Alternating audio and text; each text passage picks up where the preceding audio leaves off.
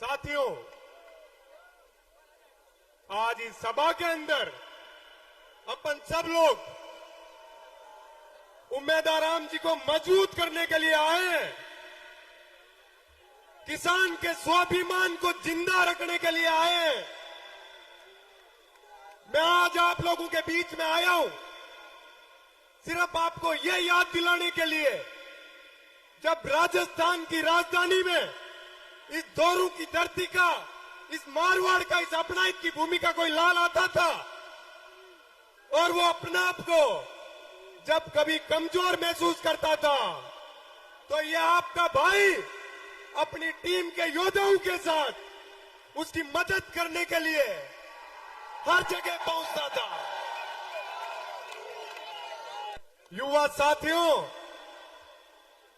मैं आपको बताना चाहता हूं, जब आप विश्वविद्यालय परिवार में शिक्षा से संबंधित किसी काम के लिए मेरे या मेरे टीम के किसी साथी के पास आए, तो क्या हम लोगों ने कभी जाति या धर्म पूछ के आप लोगों की मदद करी थी क्या?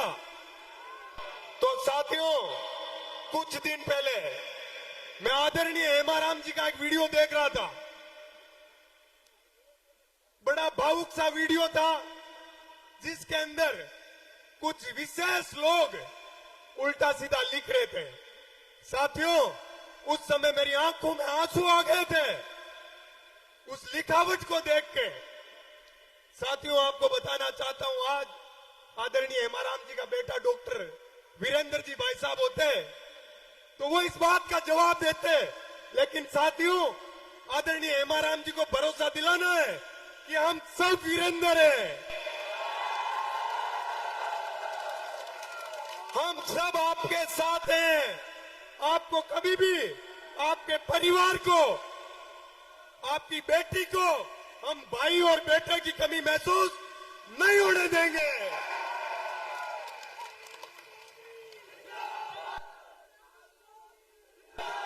मेरे भाइयों, हेमाराम जी वो व्यक्ति है, जब मैं छात्र नेता था, संघर्ष कर रहा था, आदरणीय साहब मंत्री बने थे, मेरे घर आके मुझे आशीर्वाद दिया था, मेरे माता पिता को आशीर्वाद दिया था, भरोसा दिलाया था कि आपके बेटे के साथ कभी अन्याय होगा तो मैं मदद करूंगा।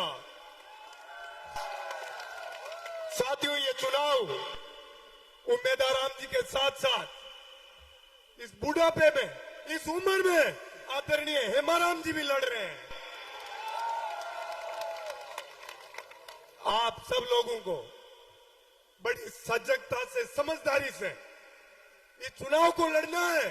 लोग अपने को भटकाने के सैकड़ों प्रयास करेंगे। साथियों, मैं आपको बताना चाहता हूं देश की राजधानी के दुख और दर्द के बारे में। जब किसान, अन्नदाता देश की राजधानी में आंदोलन कर रहा था, किसके लिए? किसान की मजबूती के लिए, मजबूर की मजबूती के लिए, उस 36 कौम के युवा साथी के भविष्य के लिए।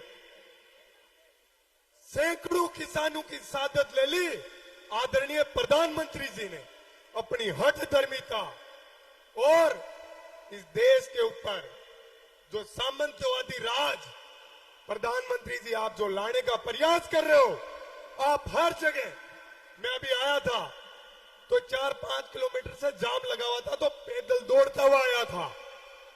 मेरे साथ सैकड़ों जवान मजबूती से दौड़ भाग रहे थे।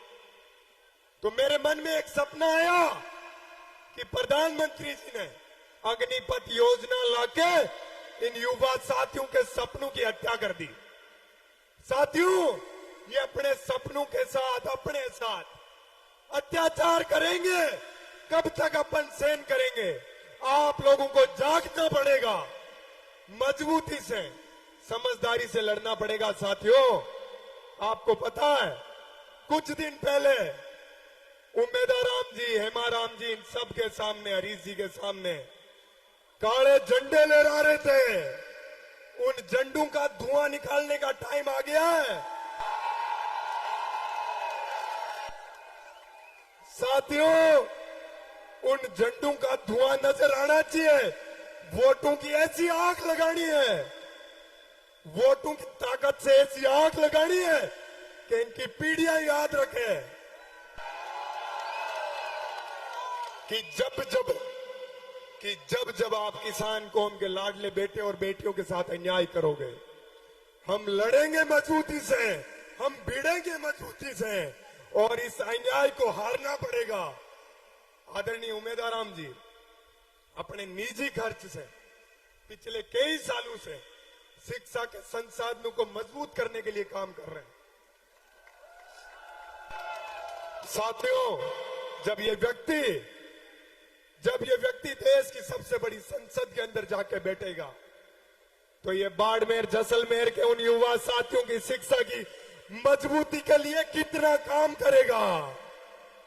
आपको सोचना चाहिए, आज विचार करना चाहिए कि ये टाइम है प्रत्येक व्यक्ति को उम्मीदवार बनकर इस चुनाव को लड़ने का।